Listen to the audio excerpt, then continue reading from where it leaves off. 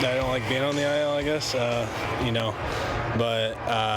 Just it's been fun seeing the guys the last couple weeks playing really good baseball, and excited to be back with the team and be a part of it. And you realize how much you miss it. So I think from that perspective, it's just excitement to get back and getting eager, but being smart as well. So. Back here on the Ultimate Seattle Sports Show, Cal Raleigh having some fun in Everett on Sunday, and Cal reportedly brought a hibachi chef to cook some food for the Everett players. A little post-game meal for the players. That was cool, man. What a great touch. We don't have a chef on the show today, but we do have Dave Softy Mahler from Sports Radio 93.3 KJR FM. Softy, appreciate you coming on. I know that there has to be a favorite item for you on the hibachi grill. Oh, God, dude, you guys are talking, dude. You know what? You don't even know it. How lucky the two of you are to be sitting here talking to me. I am the teriyaki chicken king of Des Moines. Right here. This is the man. You want the best Kalbi marinade, the pineapple, the Swiss cheese, the chicken from B&E Meats down here in Des Moines, my favorite butcher in the South End. One of these days, we'll get you knuckleheads over to the house, and I'll show you how good my Hawaiian chicken is, man, because it is, as the kids like to say, the bomb. Okay? Nobody does it better than Softy. Nobody. Trust me. There's a reason why I have the nickname Softy, guys, okay? Is for the teriyaki. Do you ever do the onion volcano? No, I'm not a big, you know what? I've never been a big onion guy. There's two things that a lot of people love that I just can't stand. Onions and olives could just leave the face of the earth forever, and I'd be a happy camper. I have no idea. I've never gotten into them, Chris, ever. Not even with a martini, the yellows, huh? Okay. No, just you know what? The more olives, the less booze. Just get me straight to the booze, and I'm a happy camper. That's all I need, man. Especially after this weekend, by the way. I was going to say, nice transition. I realized you probably weren't a happy camper after yesterday. Mariners lose the series to Detroit. The big talk last night and this morning, Andrés Muñoz. Thoughts on what you've been seeing from Andrés? Well, first of all, I do have to admit that I changed my shirt during the commercial break right there. I was going to come with the Sonic shirt in honor of the Spurs knocking out Oklahoma City a couple weeks ago. And just to remind people that no matter what's happening in the NBA Finals, we should still root for the Spurs as a debt of gratitude for what they did to the Oklahoma City Thunder. So shout out to the Spurs. They're in a big hole, but, probably still going to root for them anyway. But once I saw what Paul was coming with today, Chris, I went and changed the shirt. All right, I put on the old school look at you. America shirt. Right, okay, in honor of the boys in red, white, and blue going after the World Cup championship this year. So I just want you guys to know I do have the ability to change costumes on the fly here on this radio show, or this TV show, sorry. But going back to Andrés Muñoz for a second, Chris, I heard you talking about the ERA, and look, I'm not as big a fan of quoting ERA for relievers as some people are. I mean, heck, if you take out the game in San Diego from the middle of April when he gave up 5 runs down at Petco Park. You just take that one game out, his ERA drops from 5.5 to 3.5. So forget all that. What I'm concerned about. What I'm concerned about is how many times this guy's putting runners on base. I'm just looking at some numbers right in front of me. The last 3 2/3, 7 base runners. The last 5 1/3, 9 base runners. That's just way too many guys for a closer. Way too many when most of the time this guy's going to be coming in a fairly close game. And I also do think that part of the problem here is getting him reps, right? And we got to figure something out here. Because this actually drives me freaking bananas when people talk about this stuff, okay? I do a radio show with a guy named Dick Fain. You guys know Dick, who's always complaining, how come Andrés Muñoz is pitching in non-save situations? That's why, because the guy needs work, man, okay? So for all you people that like to complain and whine about Andrés Muñoz not pitching in save situations, last night is exactly why he needs to do that, because he hadn't pitched in 5 days. So I think Dan Wilson, Pete Woodworth, Paul, and Chris have to do a better job of getting this guy into games even when there's not a save situation to keep him consistent. No, interesting, because it was Paul asked me the question that we had to ask Charlie Furbush last week was, when guys have to sit so long, how do they react? And right now, David's a good point. It hasn't been working well with Muñoz.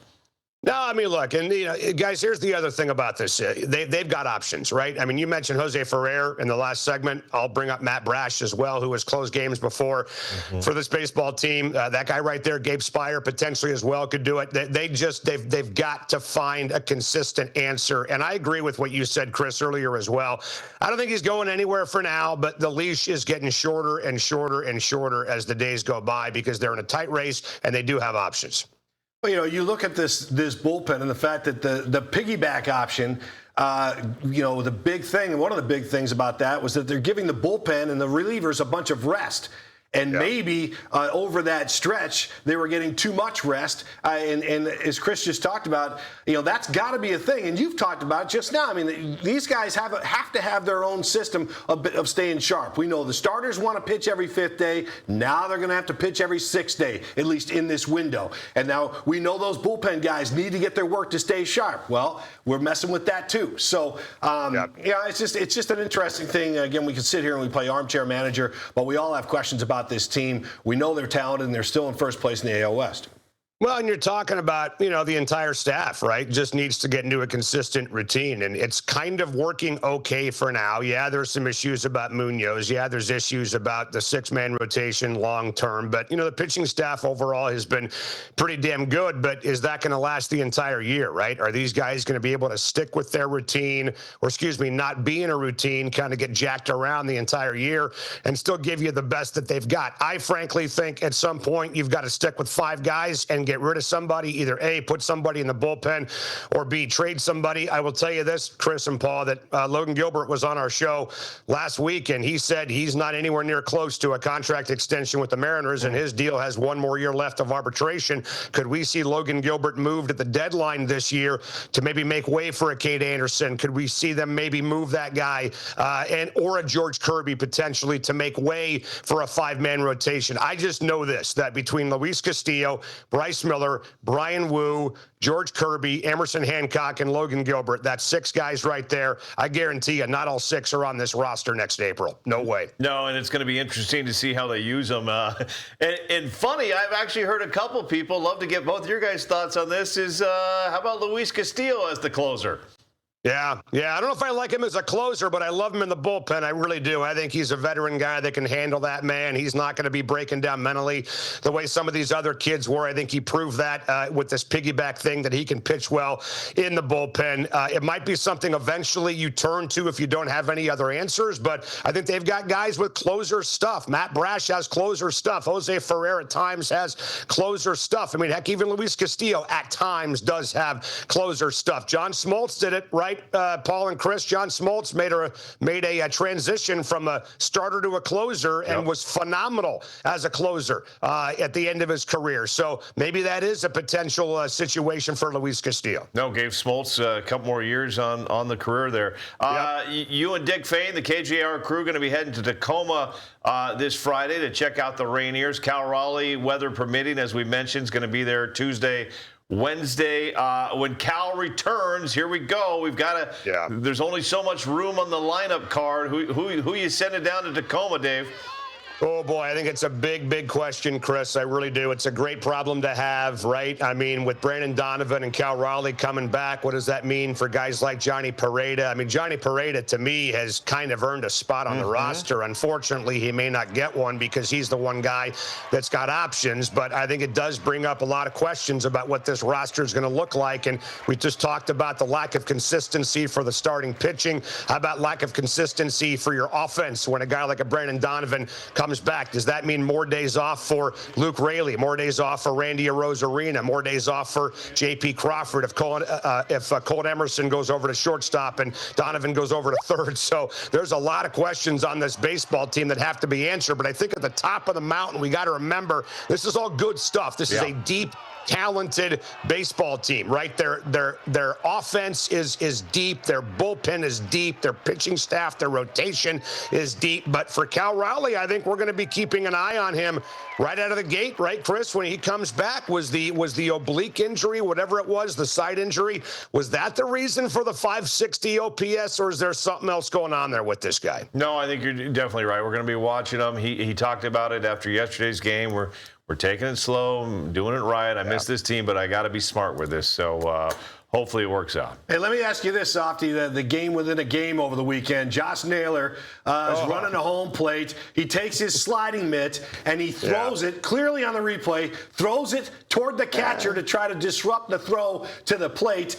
He still made it in there safe. The Tigers didn't like it. They come back a few innings later. Excuse me, and the pitcher nails him. And then, of course, Josh had that big smile on his face after he got hit by the pitch because he knows what they were doing. What'd you think of that? Well, first of all, can we debate whether or not Naylor actually threw that sliding mitt on purpose? Dude, you're going into the plate. Why are you taking the mitt off, first of all? He threw it. It's pretty obvious. Well, I don't know. Maybe he's got a tick. Maybe when he slides home, he likes to hold on to something. I got no idea. But it looked to me like he kind of flicked it a little bit, right? Like with a little wrist action there, like he's playing Golden Tee, right? And I don't know. That's a pretty long toss, man, for Josh Naylor. And here's the thing. Even if he did throw the mitt, for God's sakes, he's not throwing a brick. He's not throwing a bag of rocks. He's throwing a mitt, for crying out loud. So how much is that really going to hurt if that hits a guy? I know it could distract somebody, but I mean, look, I'm obviously just trying to back up, our guy here a little bit. Here's the thing about Josh Naylor, man.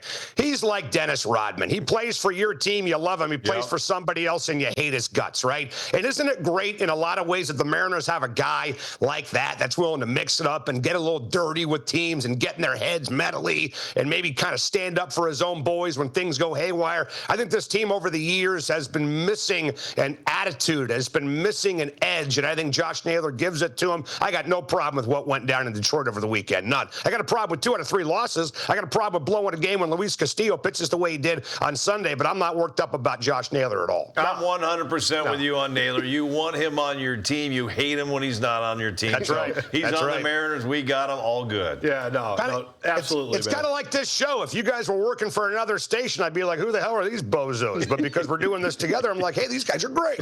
Wow. All right. I guess we'll keep you around for another segment. Up next, did the Seahawks do enough in the offseason? We'll get Softy's take. And the Knicks have taken over the NBA Finals. We'll talk a little basketball when we come back.